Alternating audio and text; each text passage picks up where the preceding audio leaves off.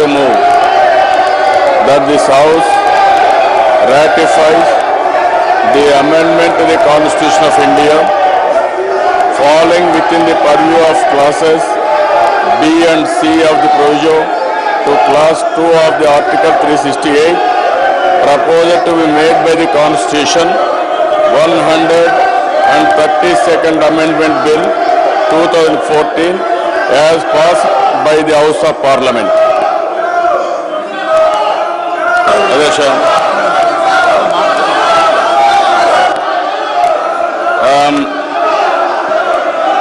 Members ని request చేస్తున్న అధ్యక్ష, ఇది జిఎస్టీ బిల్లు ఏదైతే ఉందో ఈ బిల్లు 13 సంవత్సరాల నుంచి పెండింగ్ ఉంది.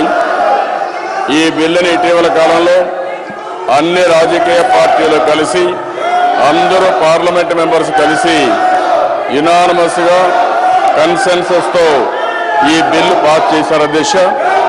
అదే మరి అధ్యక్ష, ఈరోజు డబుల్ ట్యాక్సేషన్ విధానానికి స్వస్తి చెప్పే కొత్త చట్టమే జిఎస్టీ. అదనపు పన్ను, అమ్మకం పన్ను కానీ, వ్యాట్ కానీ, ఆక్ట్రాయ్ కానీ, ఎక్సైజ్ డ్యూటీ కానీ ఇలాంటి పన్నులు ఇంక రాబోయే రోజుల్లో ఉండవు అధ్యక్ష. అదే మాదిరిగా ఇది ప్రత్యక్ష రంగంగా మనం ఒకసారి ఆలోచిస్తే భవిష్యత్తులో ఆర్థిక వ్యవస్థకి ఒక బలమైన ఊతాన్ని ఇస్తుందని చెప్పి కూడా నేను మీకు తెలియజేస్తున్నాను అధ్యక్ష. ఈరోజు వస్తు తయారీ, విక్రయం, వినిమయం, దిగుమతులు, సేవలకు సంబంధించి కేంద్ర రాష్ట్ర ప్రభుత్వాలతో స్థానికంగా విధించే పరోక్ష పన్నులన్నీ రాబోయే రోజుల్లో ఒకే గుడి కింద వస్తాయి. దీనివల్ల చాలా వరకు కూడా వినియోగదారులకి ట్యాక్స్ భారం తగ్గే అవకాశం ఉంటుందని చెప్పి కూడా నేను మీకు తెలియజేస్తున్నాను.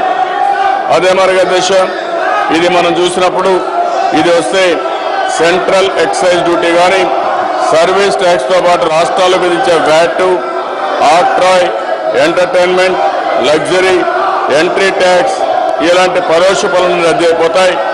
అదే మరిగా దేశ ఇంకో పక్క చూస్తే చాలా వరకు ధరలు కూడా తగ్గే పరిస్థితి వస్తుంది.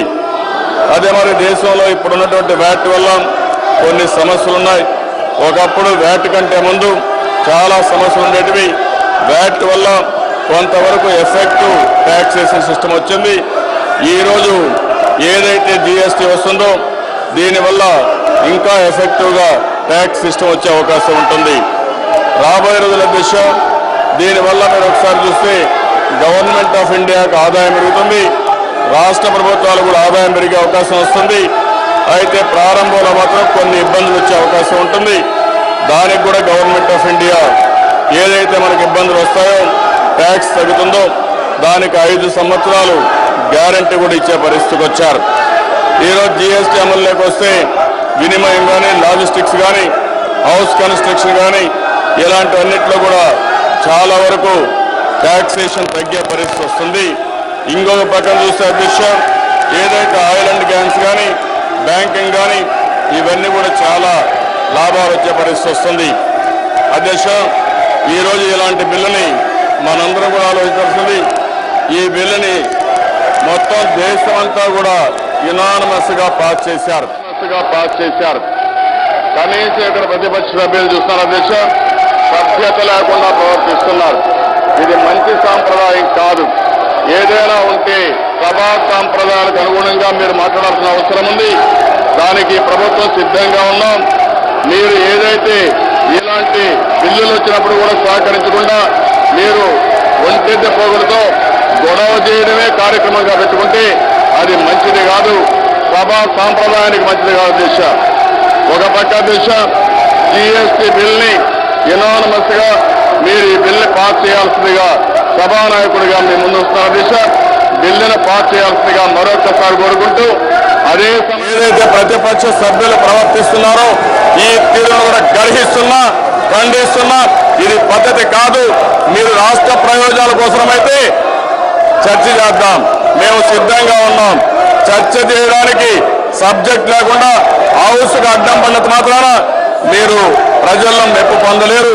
ఆ విషయం కూడా గుర్తుపెట్టుకోవాల్సిన దిశ. సిన్సియారిటీ లేదు, చిత్తశుద్ధి లేదు. రాష్ట్ర సమస్యల పైన ఈ వైఎస్ఆర్ కాంగ్రెస్ పార్టీకి ఏ మాత్రం నామమాత్రం కూడా సిన్సియారిటీ లేని పరిస్థితుంది. దీన్ని పూర్తిగా ఖండిస్తున్నారు అధ్యక్ష. Resolutions before the House. Those who are for the resolution, please say aye. Those who are against, please say no. Aye. Aye. Unanimously. Now, statement by the Honorable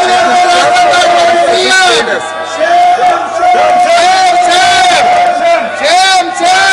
Later on the House, statement on substance.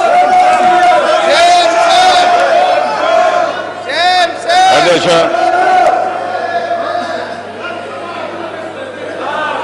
ప్రతిపక్ష సభ్యుల అధ్యక్ష వాళ్ళ సీట్లోకి వెళ్తే వాళ్ళు ఏ subject అయితే కోరుకుంటున్నారో ఆ subject పైన స్టేట్మెంట్ ఇస్తాను, వాళ్ళు కూడా డిస్కస్ చేయమని కోరుతున్నాను అధ్యక్ష.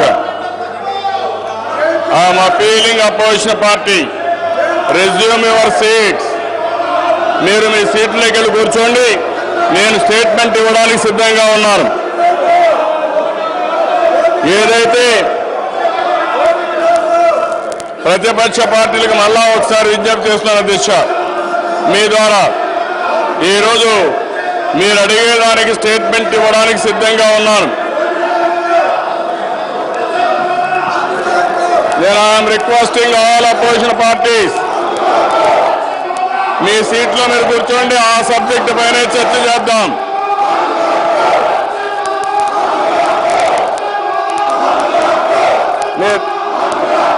అధ్యక్ష, ఈరోజు నేను ఏ మాత్రం రాష్ట్ర ప్రయోజనాలపైన సిన్సియారిటీ ఉంటే ప్రత్యేక హోదా కానీ రాష్ట్రానికి రావాల్సిన బైఫర్కేషన్ యాక్ట్ లో ఉండే సమస్యల పరిష్కారం పైన మీకు ఏమాత్రం సిన్సియారిటీ ఉన్నా మీ సీట్లో కూర్చోండి, నేను స్టేట్మెంట్ ఇవ్వడానికి సిద్ధంగా ఉన్నాను. మీరు ఏది కావాలని అడగండి, ఆ సమస్యలు కూడా మేము సిద్ధంగా ఉన్నాం. అవసరమైతే ఏం చేయాలో పరిష్కార దిశగా ఏ విధంగా ముందుకు పోవాలో ముందుకు కూడా పోవాం.